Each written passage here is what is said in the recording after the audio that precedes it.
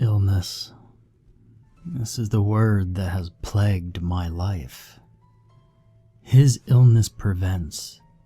He has an illness. His illness is progressing. We can cure his illness. We can't cure his illness.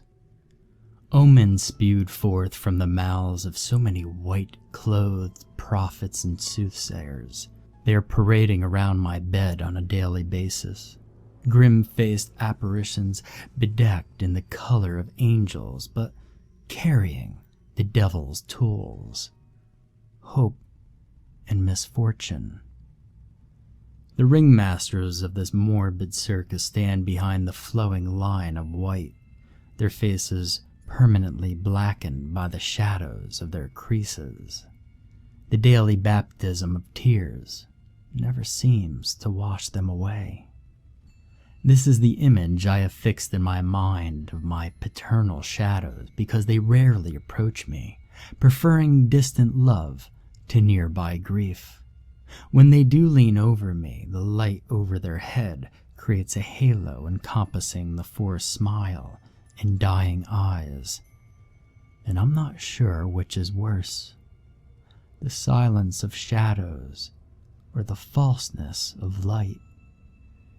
In times of blessed solitude, free of the constant intrusion of cold metal and colder niceties, I survey the room.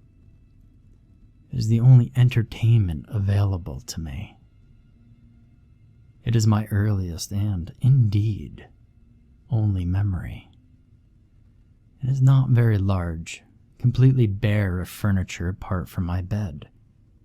And the walls, the walls, are extravagantly dressed, however. An assault of color, a bombardment of images. Cards, photographs, flowers, paintings, all as colorful as possible.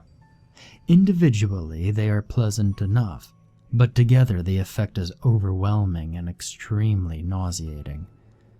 One is put in mind of a masquerade, a hysterical and sinister masquerade where the masks are the most honest things present, for in reality, the color is just the mask, a lie to dispel the truth of my illness. The only natural light in the room comes from a small circular window. I often look up at it, cursing the fact that I am too low to be able to gaze out at reality, straining to bathe my senses in but the smallest shred of the outside. It is hopeless, however. My body is atrophied, and it is too high and too thick to provide anything but a shaft of light. An apology of sorts, I suppose. Usually, I exist in a state of bright delirium, my mind thickened, weighing my thoughts down and my senses assaulted by the facade of the walls. The tightness of my blankets, the looming medical apparatus, the piercing artificial light, the heaviness of my thoughts and that hideous display entombs me. I cannot think, I cannot talk, I cannot move. I am solely an observer to my own misfortune, but to observe, I must live. Vitality, no matter how dim and cracked, spurs my heart.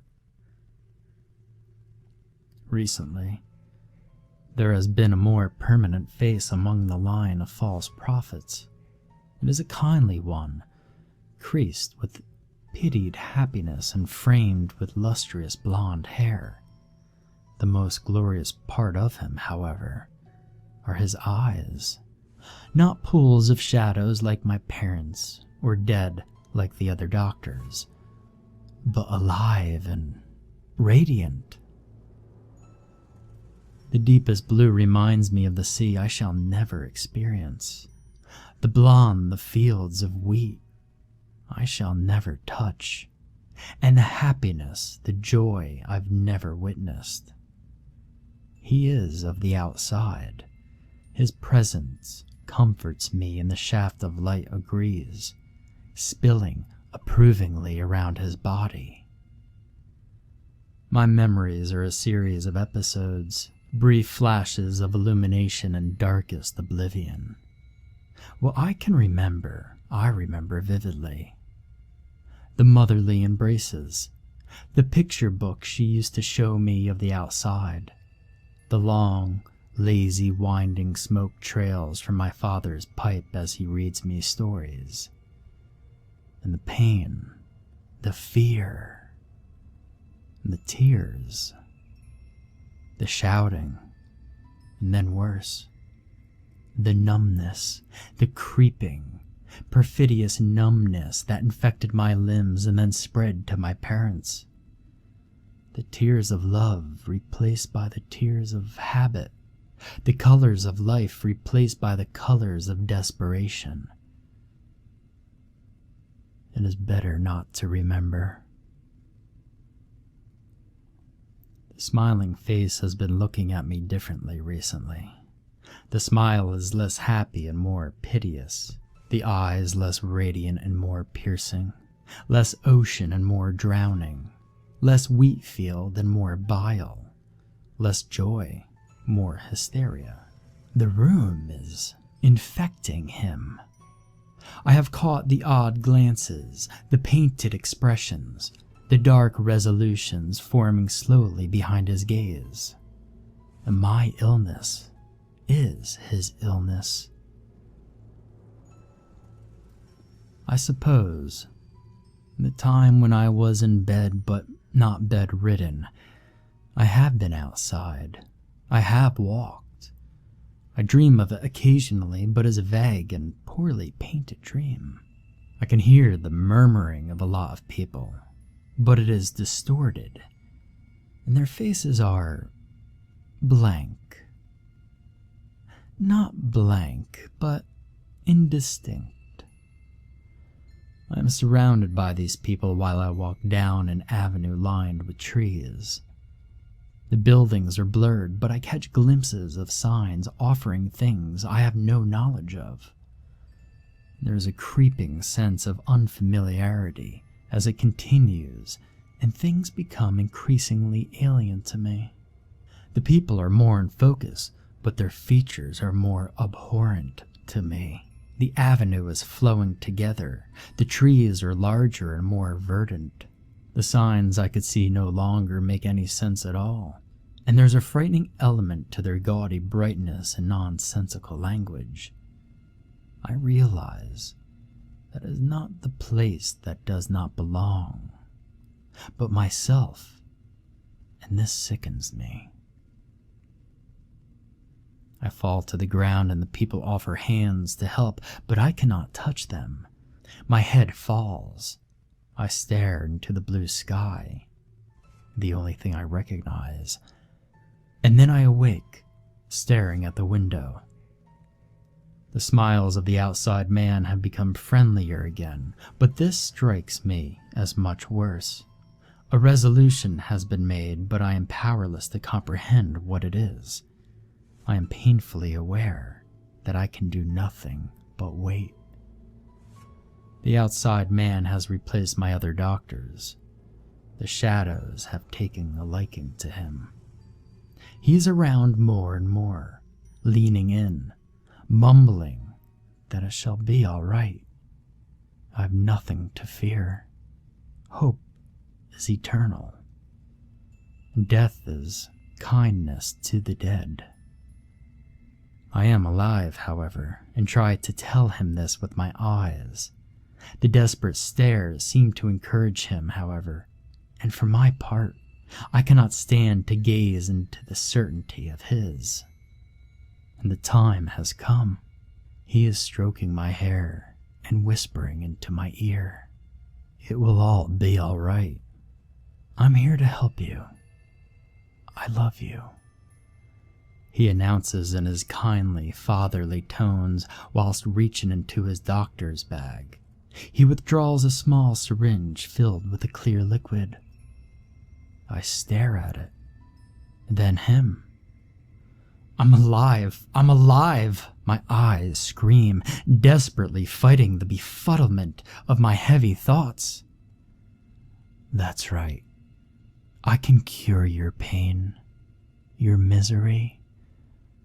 I have seen the desperation in your eyes. I understand what you want. He replies with a bittersweet smile. The more I fight, the more elated my mind becomes, but I redouble my efforts, screaming at every part of me to move, if only to save itself. My little finger twitches. It twitches and the pain returns. The pain long absent returns to remind me that I am alive. Elation swells in my breast, and I determine to try once more. And again, it twitches. Again, there is pain, and again, I am overjoyed. I return my gaze to him as if to scream triumphantly. But he has not noticed. My hands are covered by my blankets. I twitch and twitch, but am unable to disturb what is quickly becoming my tomb. He smiles at me once more before piercing the tube of my IV drip with the syringe needle. As his thumb nervously hovers above the plunger, I'm aware of a faint tapping outside. My mother opens the door and walks into the scene. I'm saved. Her eyes grow wide as she gazes at the doctor, realization slowly dawning. She screams and lunges at him, and he falls over, waving his hands and trying to explain. You sick bastard! The first time I heard my mother's voice in years.